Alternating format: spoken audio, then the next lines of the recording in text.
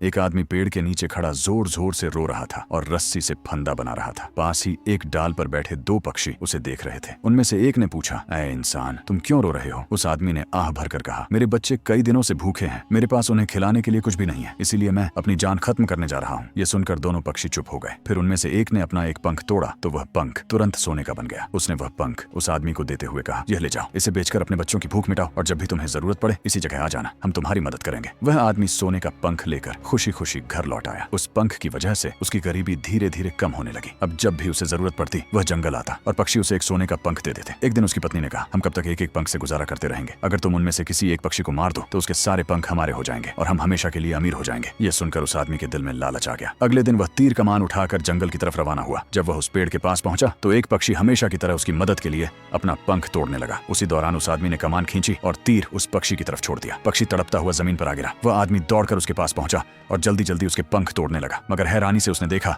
कि वे पंख सोने में नहीं बदल रहे थे। वे आम, बेकार और बेजान पंख ही थे। उसी पल दूसरे पक्षी ने चीख कर कहा, ए जालिम इंसान, हमने तुम्हें मौत से बचाया, तुम्हारे बच्चों की भूख मिटाई, मगर तुमने एहसान का बदला लालच और जुल्म से दिया। जो इंसान ज्यादा की लालच में थोड़े में शुक्र नहीं करता वो आखिर में सब कुछ खो देता है। ये कहकर वह पक्षी उड़ गया और फिर कभी वापस नहीं आया। अगर आपको यह वीडियो पसंद आई हो तो चैनल को सब्सक्राइब करें और वीडियो को लाइक जरूर करें।